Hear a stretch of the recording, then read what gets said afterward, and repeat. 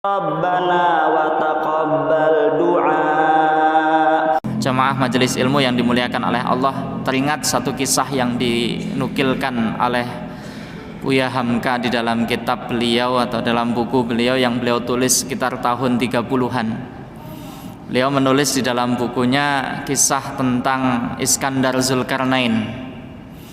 Ya, dalam buku Tasawuf Modern yang ditulis tahun 30-an ini, akan tetapi masih terbit sampai hari ini. Di sana disebutkan kisah tentang seorang raja yang bernama Iskandar Zulkarnain.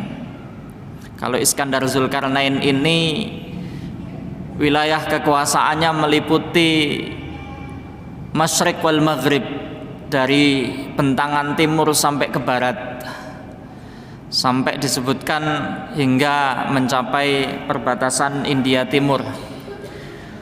Ini jamaah yang dirahmati oleh Allah Subhanahu wa taala. Iskandar Zulkarnain itu kalau di dalam sirah disebutkan masa hidupnya berbarengan dengan masanya Nabi Ibrahim alaihi salam. Dan kalau di dalam Al-Quran kita bisa melihat kisahnya itu ada di dalam surah Al-Kahfi, ya, kisah tentang Zulkarnain. Suatu ketika disebutkan bahwa Iskandar Zulkarnain ini sedang melakukan perjalanan bersama dengan pasukannya untuk menaklukkan sebuah wilayah atau sebuah tempat. Dikumpulkanlah seluruh pasukannya, kemudian diberikan taujih, ujangan atau motivasi. Beliau mengatakan kepada para pasukannya, "Wahai pasukanku, kita akan melakukan perjalanan. Perjalanan ini mungkin akan memakan waktu siang dan malam harinya. Dan nanti kita akan menyeberangi sebuah sungai. Maka aku pesankan kepada kalian semua, ketika nanti menyeberangi sungai, tentunya sungainya sungai yang diseberangi dengan berjalan kaki atau dengan tanpa perahu, tanpa sampan. Ketika menyeberangi sungai, maka di sungai itu ambillah segala sesuatu yang kalian injak. Jangan kalian lihat, masukkan ke dalam tas dan rangselmu masing-masing." Maka pasukan ini ternyata terbagi menjadi 3 tipe, 3 golongan.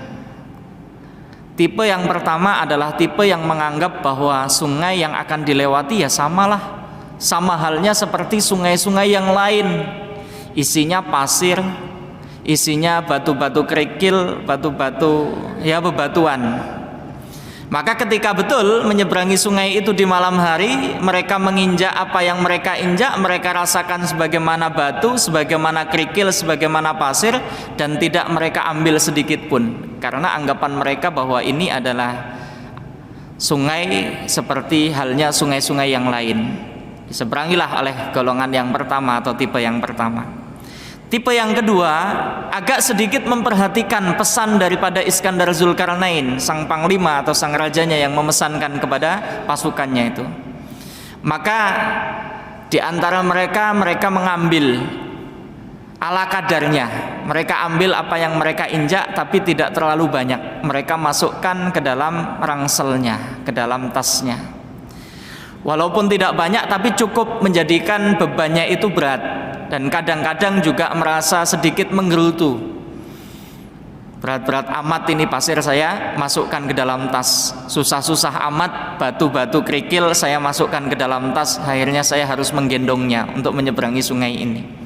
Tipe yang ketiga adalah tipe yang sungguh-sungguh untuk mengambilnya. Apapun yang mereka injak ternyata mereka ambil, mereka masukkan, sampai pada akhirnya rangselnya itu penuh. Begitu sungai sudah diseberangi dan datang di pagi harinya, Iskandar Zulkarnain kemudian mengumpulkan pasukannya. Ditanyalah oleh Iskandar Zulkarnain tersebut, "Wahai pasukanku, bagaimana semalam ketika menyeberangi sungai? Apakah di antara kalian ada yang mengambil apa yang kalian injak?" "Iya betul, wahai tuanku." "Apakah ada di antara kalian yang tidak mengambilnya?" "Betul, wahai tuanku." Maka golongan pertama yang sama sekali tidak mengambil, tidak ada yang mereka bawa. Rangselnya masih tetap utuh sebagaimana bawaan dari rumah masing-masing, tidak ada penambahan sama sekali. Mereka merasa senang karena tidak terasa terbebani, tidak terasa berat tas yang mereka bawa atau rangsel yang mereka bawa. Golongan kedua kemudian mulai membuka rangselnya. Begitu dibuka ternyata intan berlian yang mereka masukkan ke dalam tas. Golongan yang kedua ini menganggap ya agak sedikit kecewa, tapi ada senengnya karena sudah mengambil walaupun tidak banyak. Kecewanya kenapa nggak sebanyak-banyaknya saya ambil? Coba kalau seandainya yang saya ambil itu sebanyak-banyaknya. Melihat tipe yang ketiga yang memenuhi rangselnya dengan apa yang mereka injak kemudian dia ambil, maka ketika dibuka ternyata adalah intan berlian dan sangat girang gembira sekali tipe yang ketiga. Para jamaah sekalian dirahmati oleh Allah Subhanahu wa taala, ternyata kalau kemudian ini kita tarik sedikit berkaitan dengan bulan Ramadan. Di bulan Ramadan ini juga ada 3 tipe ternyata. Ada orang-orang yang menganggap bahwa bulan Ramadan itu sama seperti bulan-bulan yang lainnya. Tidak ada ubahnya dengan bulan-bulan yang lainnya. Ada tipe yang kedua, berusaha untuk mengambil tapi ala kadarnya.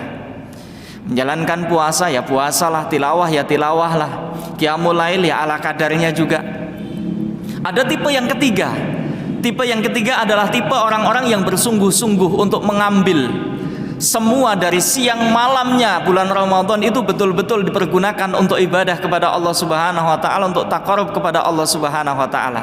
Dan pada akhirnya betul nanti kita akan disidang di hadapan Allah Subhanahu wa taala dengan masing-masing bawaan kita. Separuh bulan Ramadan sudah kita lalui. Kita cek kembali. Kita termasuk tipe yang kedua, pertama, ataukah tipe yang ketiga dari separuh bulan Ramadan yang sudah kita lalui? Kalau kita melaluinya sebagaimana tipe yang pertama, maka segeralah kita sadar. Kalau kita melaluinya sebagaimana tipe yang kedua, maka juga segeralah kita sadar bahwa ternyata masih lebih banyak yang belum kita ambil dari sisi kebaikan bulan Ramadan itu. Kalau kita sudah mengambil sebagaimana tipe yang ketiga, maka jagalah, karena masih ada separuh bulan yang akan kita lalui. Dan nanti pada akhirnya ada bonus yang paling tinggi, bonus yang paling besar, yaitu bonus yang akan kita dapatkan pada saat malam Lailatul Qadar. Para jamaah sekalian rahmati oleh Allah Subhanahu wa taala, ini kisah yang dinukil oleh Buya Hamka di dalam buku beliau Tasawuf Modern, dan ini adalah kisah seorang raja yang mendunia, tentunya seorang raja yang dikisahkan di dalam Al-Qur'an surah Al-Kahfi berkaitan dengan kisahnya Zulkarnain yang disebut dengan Iskandar Zulkarnain. Mudah-mudahan kita bisa mengambil hikmah dari itu semua.